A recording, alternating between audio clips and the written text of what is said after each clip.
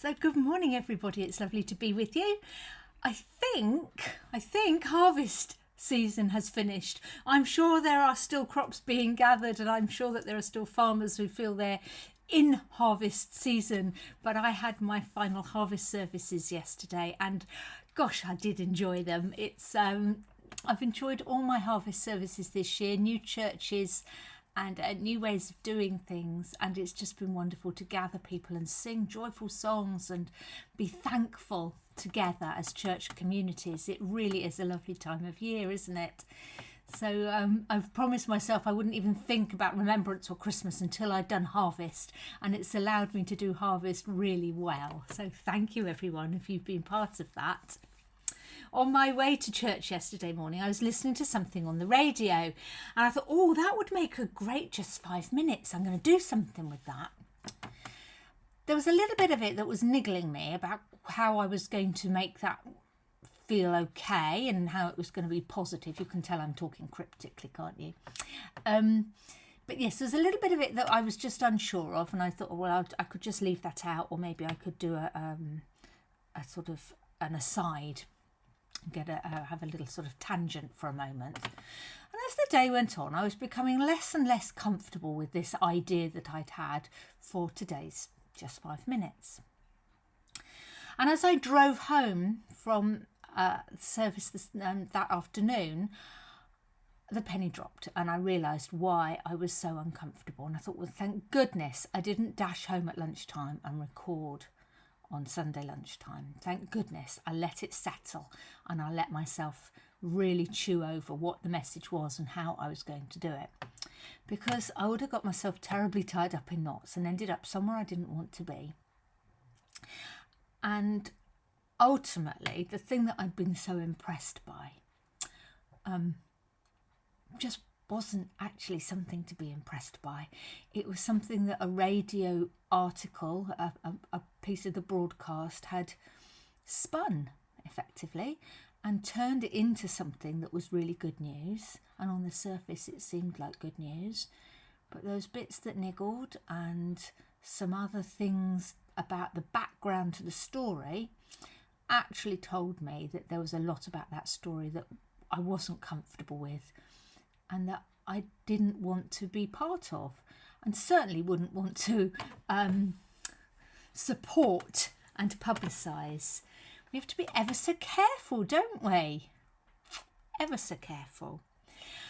And so I had a little look to see, well, what does the Bible tell me about this? Because, you know, usually you'd think those good ideas were the ones to follow and go with. And why was I cautious about that? Why did I hold back from it? And I found this lovely little bit in John's first letter. Now, this is a letter that John was writing, and we're not sure who to. But it's John's first letter is that lovely one about how we know that we're loved. So as an aside, let me read this little bit to you. That's my phone, sorry. This little bit. Little children, let us love not in word or speech, but in truth and action. And by this we will know that we are from the truth, and will reassure our hearts before him whenever our hearts condemn us, for God is greater than our hearts and he knows everything. I love that. It's good, isn't it? But this was the bit that I wanted to share with you. John also writes, Beloved, do not believe every spirit, but test the spirits to see whether they are from God, for many false prophets have gone out into the world. It's really simple, isn't it? Take a pause, take a breath, check, is this something that I think it is? Is this saying what I think it's saying?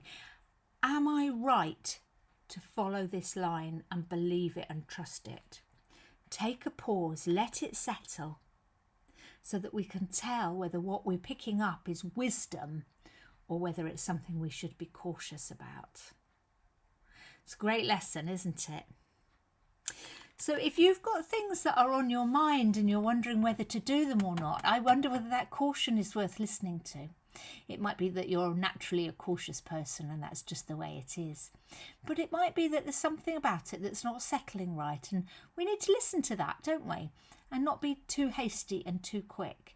And I know that I'm quite a fast-moving person, and seem to be sort of quite spontaneous, and I love being spontaneous, but I'm also really mindful that when I'm listening to God and when I'm planning stuff around church and around trying to bring people towards God's love, then I need to do that wisely. And that means always taking a moment to pause, to reflect, to pray, and to work out whether it is what I should be doing. That'll be my phone again. I am sorry. So whatever is on your mind today that you're wondering whether to do it or not, take a pause, take a breath, reflect upon it, pray about it, and see where it settles. Right, that's it. I am off, out, and lots to do today. I've got a staff meeting, team meeting. I've got to go and visit a funeral family, and this afternoon I'm actually going to be conducting a funeral. Big and important stuff, and I'm looking forward to my day. You know where I am if you need me. Lots of love and God bless. Bye-bye.